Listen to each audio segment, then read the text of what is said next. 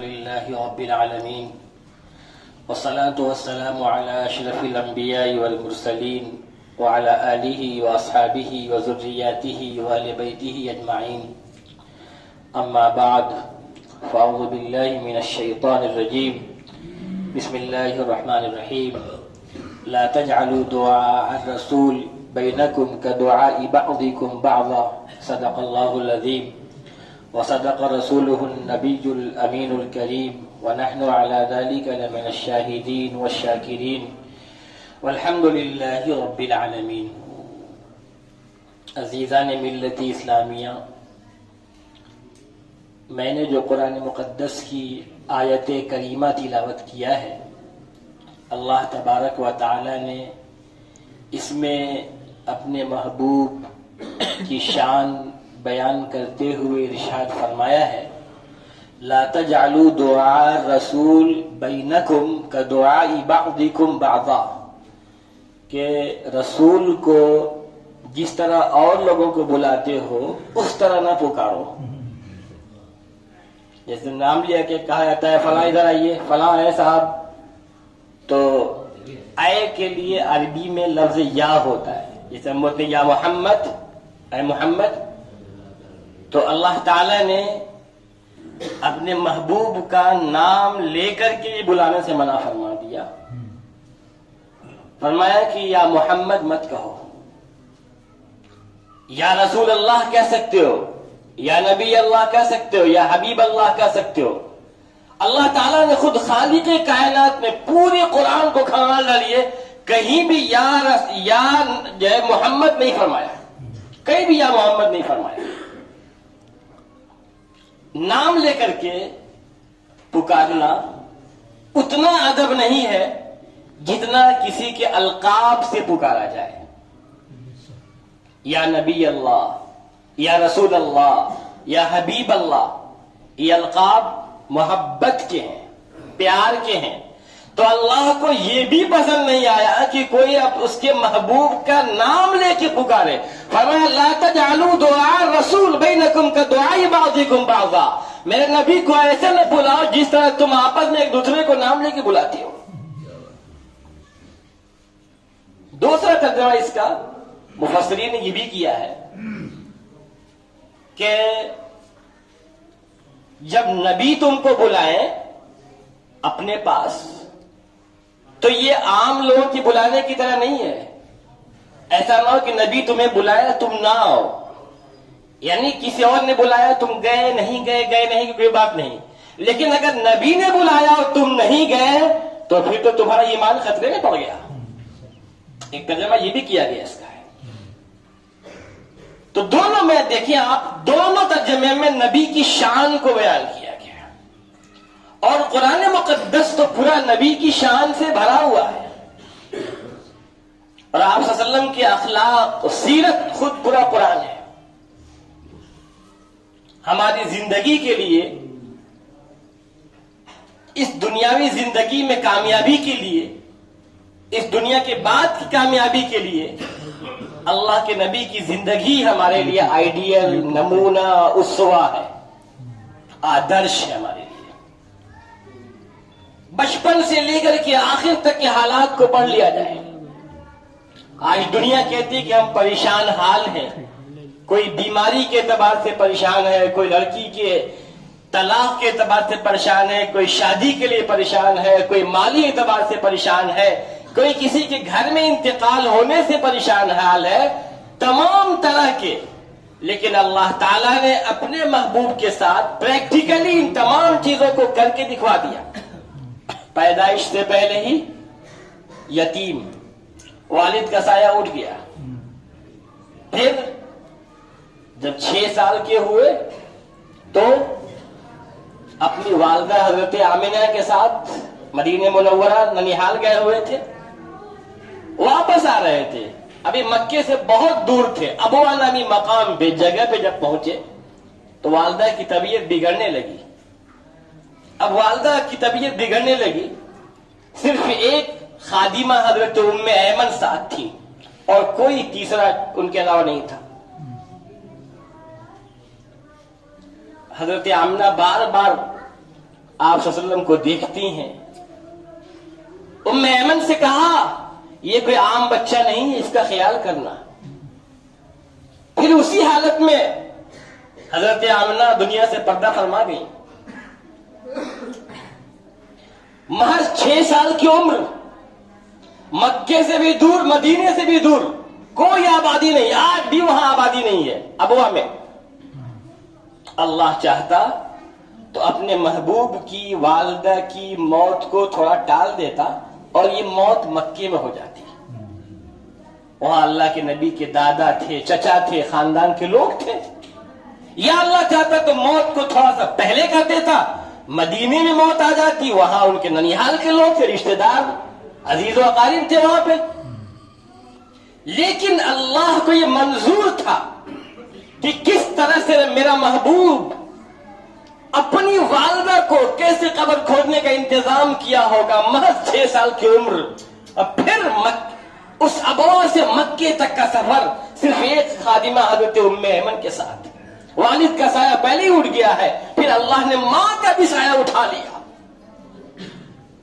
تو اللہ نے دونوں طرف سے، ماں کے اعتبار سے بھی اور والد کے اعتبار سے، دونوں اعتبار سے سایہ کو اٹھا لیا.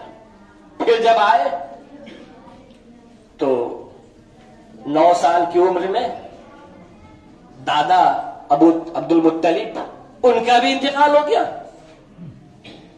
حالات پہ حالات، امتحان پہ امتحان. 25 سال میں شادی کیا حضرت خدیجہ سے. 40 سال کی خدیجہ، 25 سال کی آپ کی عمر. پھر جب 40 سال کے بعد آپ نے نبوت کا اعلان فرمایا، پھر جو لوگوں نے الزامات کی بوچھار لگائی ہے، جو لوگوں نے اذیتیں دینا شروع کیا ہے، اس قدر گر گیا اذیت دینے میں کہ ابو لہب کے 2 بیٹے عتبہ اور عتیبہ، ان سے اللہ کے نبی کی 2 بیٹیوں کی شادی ہوئی تھی، رقیہ ام کلثوم کی.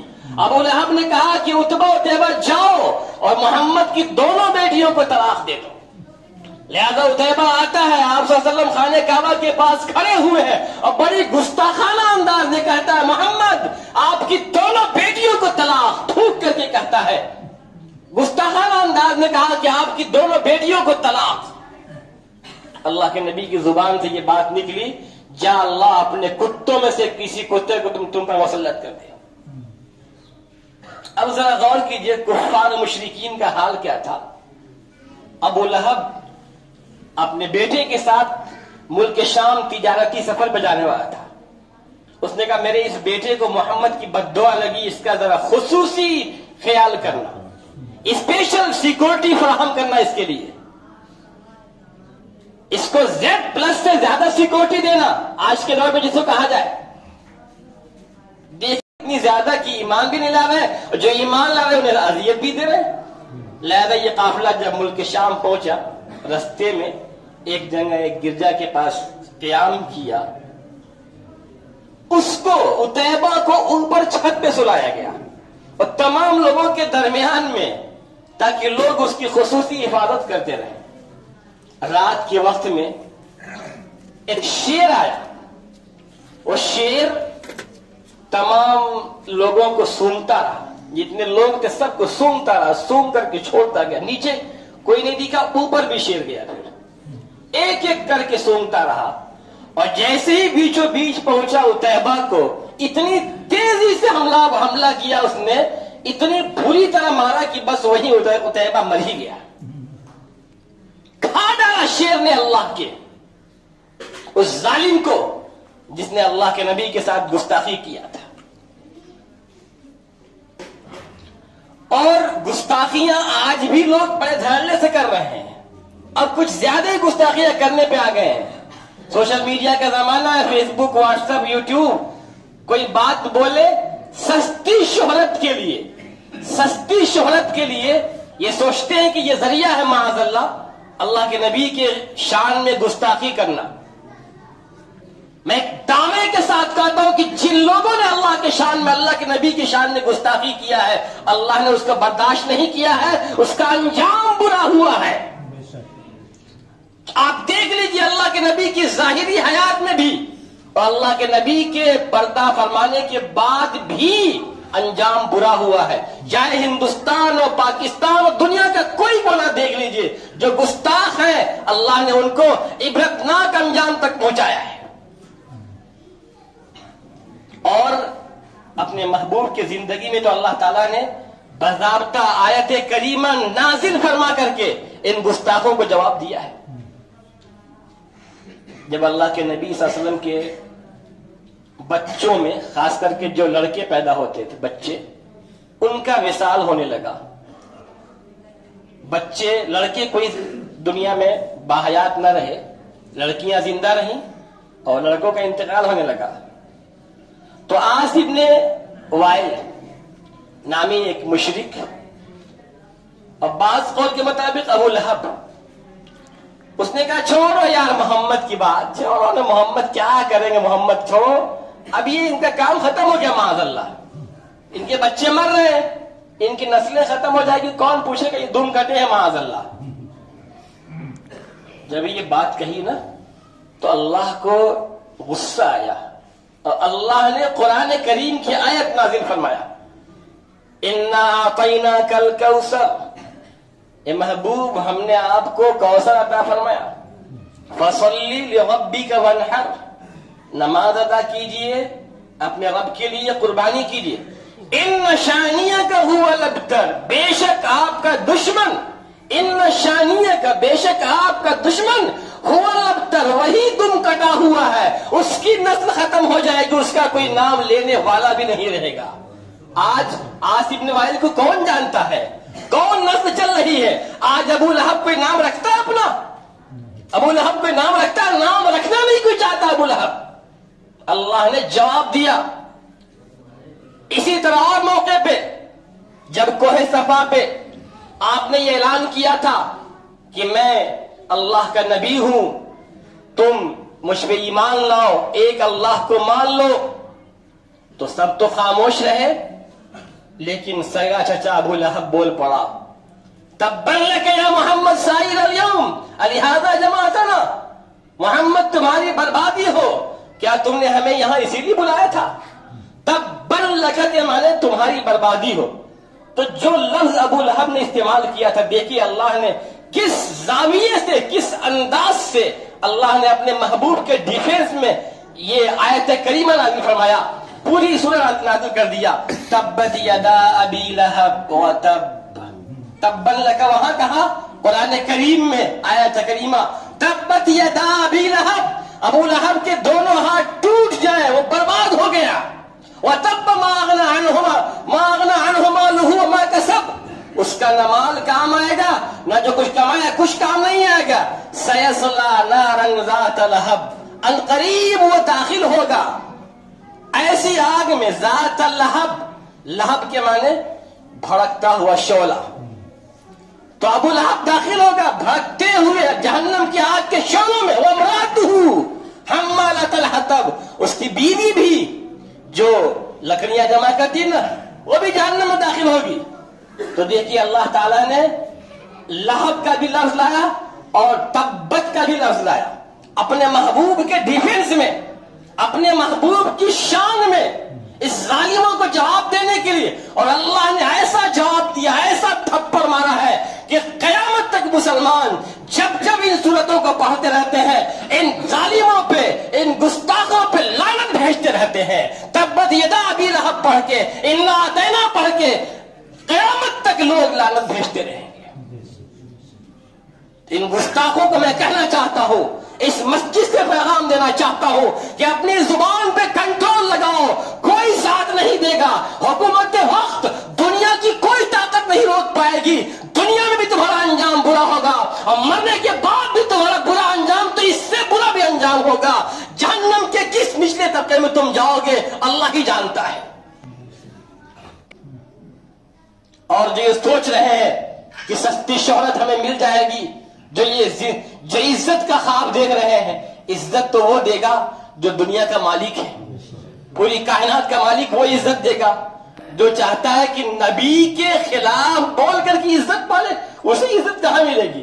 ارے عزت تو اسے ملے گی نا جو نبی کا غلام ہو جائے، جو نبی کا عاشق ہو جائے، جو نبی کا دیوانہ ہو جائے، عزت اسے ملے گی، اور جو نبی کے خلاف بولے گا اسے ذلت دنیا میں بھی ملے گی، اور دنیا کے بعد تو ایسی ذلت ہے، ایسی ذلت ہے، ایسا عذاب ملے گا کہ چلاتا رہے گا کہ اللہ جہنم کے عذاب سے نکال لے، لیکن عذاب سے نکالنا تو دور، عذاب کم نہیں کیا جائے گا، وہ چلائے گا اے اللہ موت ہی عطا فرما دے، لیکن اب موت بھی نہیں آئے گی، ہمیشہ جہنم کی آگ میں جلنا پڑے گا، زقوم کے درخت کے پھلوں کو کھانا پڑے گا جو کانٹے دار درخت ہے، اور گرم گرم کھولتے ہوئے پانی انہیں پلائے جائیں گے جو ان کی آتڑیوں کو تباہ و برباد کر دیں گے، ان ظالموں کو، ان گستاخ نبی کو۔ اللہ تعالی ہم سب کو اپنے نبی سے سچی محبت، سچا عشق عطا فرمائے، اور قیامت کے دن اپنے نبی کی شفاعت نصیب فرمائے۔ وآخر دعوانا ان الحمدللہ رب العالمین۔